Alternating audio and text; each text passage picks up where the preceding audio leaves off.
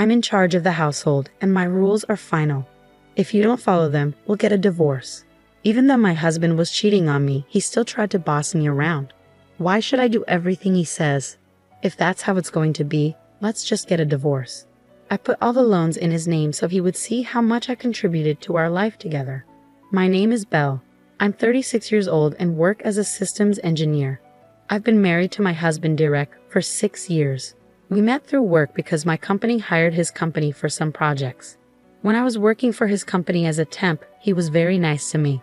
We started hanging out outside of work, dated for a while, and then he proposed. I said yes.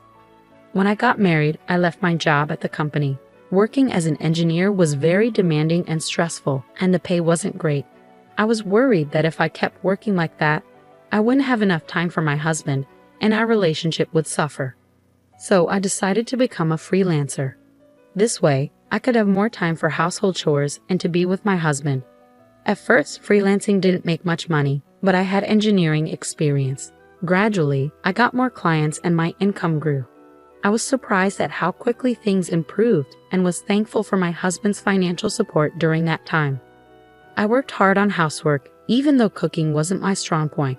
I used recipe books to try different meals to keep my husband happy. Thanks for cooking and cleaning. It really helps me out, he said. His praise made me feel good.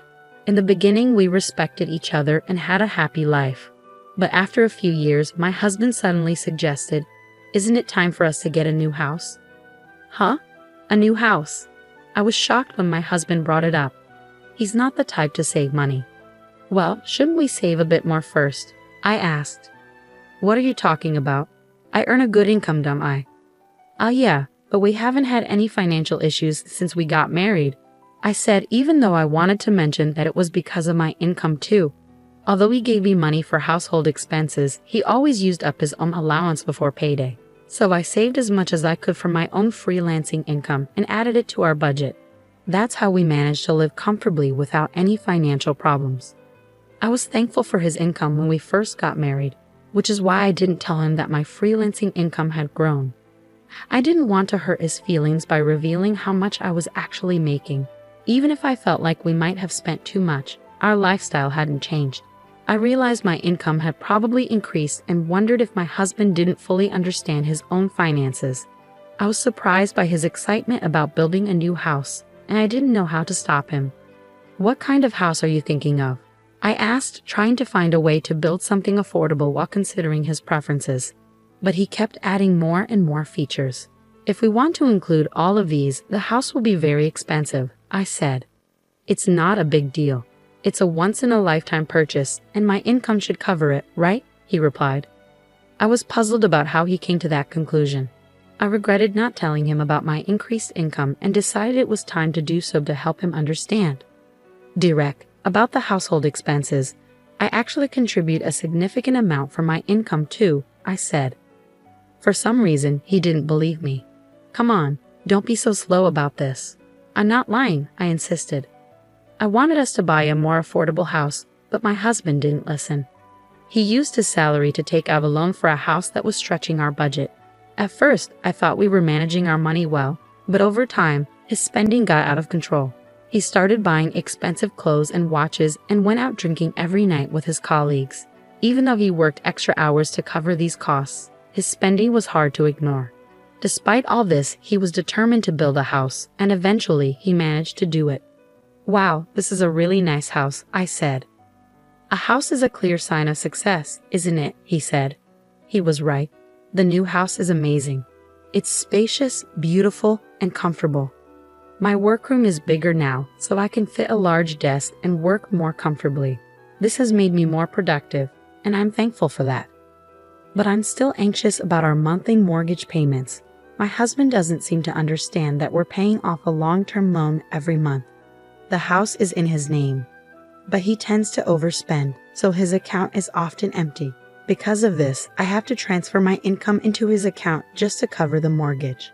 I'm getting frustrated with him, so one day, I decided to talk about it. Don't you think you've been spending too much lately? I asked. I need you to think about things like the mortgage for the house, I said. My husband frowned and replied, What are you talking about? We've been living normally since we bought the house. If that's the case, then there's no problem. You're just stressing over small details. And isn't it because you manage your money poorly that you're short? That's not my issue. What? Wait a minute. I'm always trying to save money from the daily expenses with the money you give me, and I'm also using my own earnings to cover the mortgage and other costs. So please don't talk to me like that. What's your problem? Besides, the amount you're contributing isn't that much, so don't act like it's a big deal. The one who earns the most is the best, and that's me. Don't try to give me advice, my husband said, trying to shut me down. I was shocked by how my husband had changed. He used to be kind and caring, but now our relationship felt strained. We barely talked, and sometimes we didn't even greet each other. He worked overtime more than ever and came home late at night. I started to question if it was okay to continue living like this. We were just coexisting under one roof without meaningful conversations. Maybe it would be better to get a divorce. But if there was a chance to fix things, I wanted to try. After thinking it over, I decided to take the first step and reach out to him. But my efforts were crushed when I saw him in town one day. I had gone out to buy a birthday gift for a friend. It was a weekday, so my husband should have been at work. But instead, I saw him in town, dressed casually, walking with a young woman I didn't recognize. I was stunned and immediately thought he might be having an affair. To find out the truth, I hired a private investigator. After about 3 weeks, I got the results and went to the detective agency. It turned out my husband was indeed having an affair. The woman was his colleague, and their relationship had been going on for about 2 years. I finally understood why my husband had started spending so much and coming home late. It was because he was having an affair. I was furious, especially after all the verbal abuse he had directed at me. He was the one being unfaithful. I felt foolish for trying to protect his feelings and our marriage. I decided to stop doubting and take action right away. When I rushed home, my husband was sitting on the sofa watching sports. I stood in front of the TV and laid out the evidence of his affair in front of him. "Explain this," I demanded. At first he looked surprised, but his expression quickly changed. "Oh, that's Meg. She's my new wife." "New wife? What are you talking about?" "Well, now that you know, there's no point in hiding it. Unfortunately, you're no longer needed." "What are you saying?"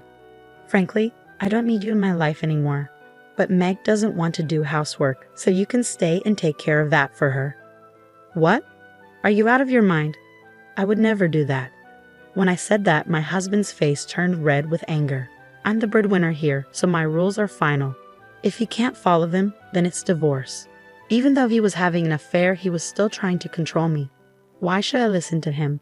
"Fine, let's get a divorce." "Huh? You had an affair, so we can't stay married. Let's just get a divorce."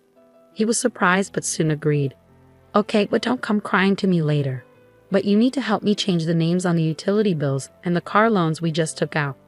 I changed all the loans into my husband's name and got divorced. He probably thought it was over, but for me, it was just the beginning. "You should realize how much I supported you." The day after the divorce was finalized, I was already settling into my new apartment. Then, I got a bunch of calls from my ex-husband. Since he hadn't paid me any compensation yet, I hadn't blocked his number. When I answered, he sounded flustered and said he needed to talk.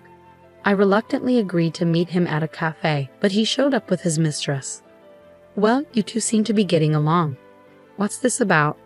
Why didn't you tell me?" I asked. He looked upset and said, "Every month, I'm getting hit with a huge amount for loans. Why are the food expenses, car loans, utilities, and everything else so high? What are you trying to do by leaving all that on me?" "I divorced you and moved out, so it's only fair." "I don't have any other intentions," I replied. "Shut up. This is fraud. I'll sue you," he said. My ex-husband and his mistress glared at me, holding each other's arms. They both blamed me, but I couldn't accept their absurd accusations. "It's your fault for not understanding the situation. I showed you the documents, didn't I? The house loan was in your name, so it's only fair you pay it. I've been transferring the necessary money into your account. How could you, with your small income, cover all that?" As someone with a poor grasp of the situation, I explained calmly. I was working as a freelance engineer and making around $200,000 a year. "Is that true?" he asked, clearly shocked by how much I was earning compared to him. It didn't matter if he was surprised or not. What mattered was that I hadn't received proper compensation yet, so I planned to pursue it through a lawyer. "Are you trying to swindle money from us?" he demanded.